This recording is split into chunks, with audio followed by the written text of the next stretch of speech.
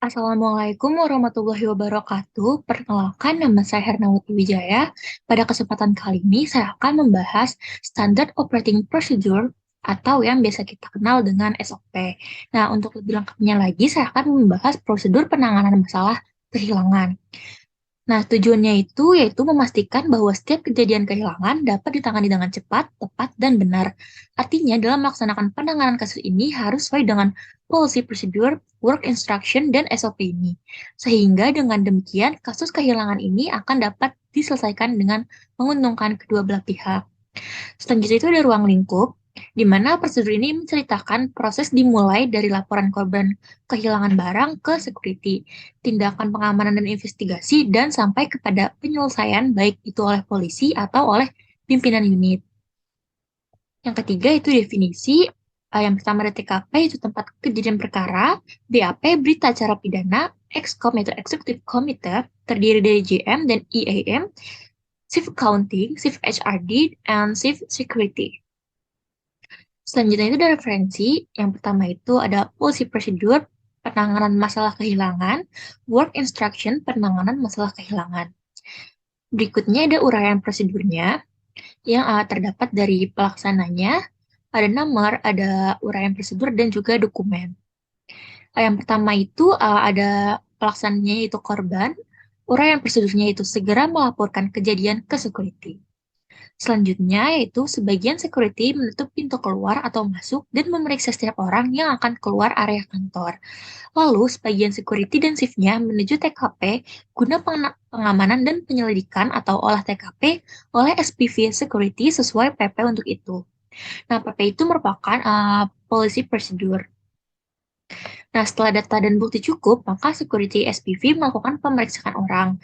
Dokumen yang dibutuhkan yaitu proses investigasi melihat PP investigasi.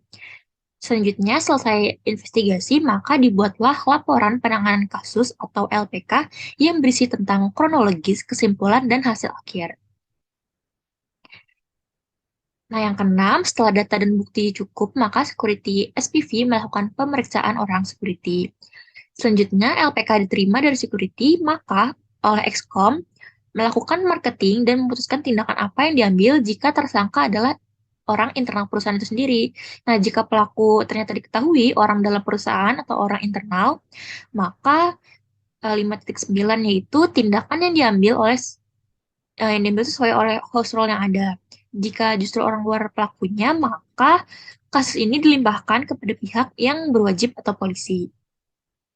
Selanjutnya, jika pelaku adalah orang dalam dan diselesaikan sesuai house rule, dapat dilakukan dengan jalan damai, yaitu selesai dengan damai dan kasus ini akan ditutup. Namun, jika ternyata tidak dapat dengan jalan damai, maka kasus ini diselesaikan dengan pihak yang berwajib. Selanjutnya, terima laporan, polisi segera memprosesnya sesuai dengan hukum yang berlaku. Kemudian, proses selesai. Berdasarkan uraian prosedur ini, maka dapat dilihat pada flowchart berikut. Nah, di sini terdapat flowchart penanganan masalah kehilangan yang dibagi menjadi 4 section, yaitu ada korban, security, excom atau executive committee, dan polisi. Yang pertama itu oleh korban, korban tersebut melaporkan kejadian kepada security. Kemudian, sebagian security menutup pintu keluar atau masuk dan memeriksa setiap orang yang akan keluar area kantor. Kemudian, sebagian security dan shift-nya menuju TKP guna pengamanan dan penyelidikan atau olah TKP oleh SPV Security sesuai PP untuk itu. Setelah data dan bukti cukup, maka security SPV melakukan pemeriksaan orang. Nah, maka akan terjadi proses investigasi melihat PP tentang investigasi. Nah, setelah selesai investigasi, maka dibuatlah laporan penanganan kasus atau LPK yang berisi tentang kronologis, kesimpulan, dan hasil akhir. Selanjutnya, LPK yang diterima dari security, maka oleh Excom itu akan melakukan meeting dan memutuskan tindakan apa yang akan diambil jika tersangkanya adalah internal. Nah, jika tersangkanya bukan orang internal, maka kasus ini dilimpahkan kepada pihak yang berwajib atau polisi. Jika tersangkanya itu orang internal, maka tindakan yang diambil sesuai house rule yang ada. Nah, apakah bisa diselesaikan dengan jalan damai? Jika tidak, maka kasus ini diselesaikan oleh pihak yang berwajib, sama seperti jika orang itu bukan orang internal. Jika bisa diselesaikan dengan jalan damai, maka selesai dengan damai dan kasus ini ditutup. Maka proses selesai. Nah, jika kasus ini diselesaikan oleh pihak yang berwajib, maka akan melanjutkan step selanjutnya itu kepada polisi, yaitu akan menerima laporan, polisi segera memprosesnya sesuai dengan hukum yang berlaku. Baru proses ini akan selesai.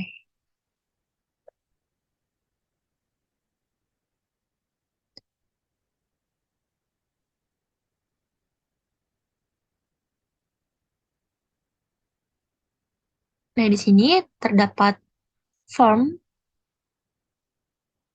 form laporan kehilangan, yaitu ada hari, tanggal, dan waktu. Di sini juga ada namanya yang kehilangan barang tersebut, departemen apa, tanggal dan waktu kejadian, tempat kehilangan, barang yang hilang, barang yang hilang dengan merek apa dan tipe barang apa, serta kronologi kejadian kehilangan tersebut. Di sini terdapat security dan pelapornya. Nah, berikut ini terdapat form yang telah diisi dengan data itu form ini ditujukan pada hari Selasa, tanggal 5 Mei 2023, pada waktunya 13.30. Nama yang kehilangan itu Hernawati Wijaya, departemennya purchasing, tanggal waktu kejadiannya yaitu 8 Mei 2023 pada pukul 12. Tepat kehilangannya itu ruang departemen purchasing, barang yang hilang itu laptop dengan merek HP. Kronologi kejadiannya yaitu pada hari ini yaitu Senin 8 Mei 2023 pukul 12 WIB, saya keluar ruang kerja Departemen Purchasing untuk makan siang. Saya meletakkan laptop di atas meja kerja saya. Setelah saya kembali ke ruangan sekitar pukul 12.45 WIB, laptop saya sudah tidak berada di atas meja kerja saya. Saya sudah mencoba untuk mencari di seluruh area dalam ruang kerja Departemen Purchasing, namun tidak menemukan laptop tersebut. Dan di sini tempat security yang kita ajukan form ini yaitu Budiono, pelapornya itu Hernawati Wijaya. Nah, form ini berikutnya akan diajukan ke security. Nah, demikian yang dapat saya sampaikan. Kurang lebihnya mohon maaf. Wassalamualaikum warahmatullahi wabarakatuh.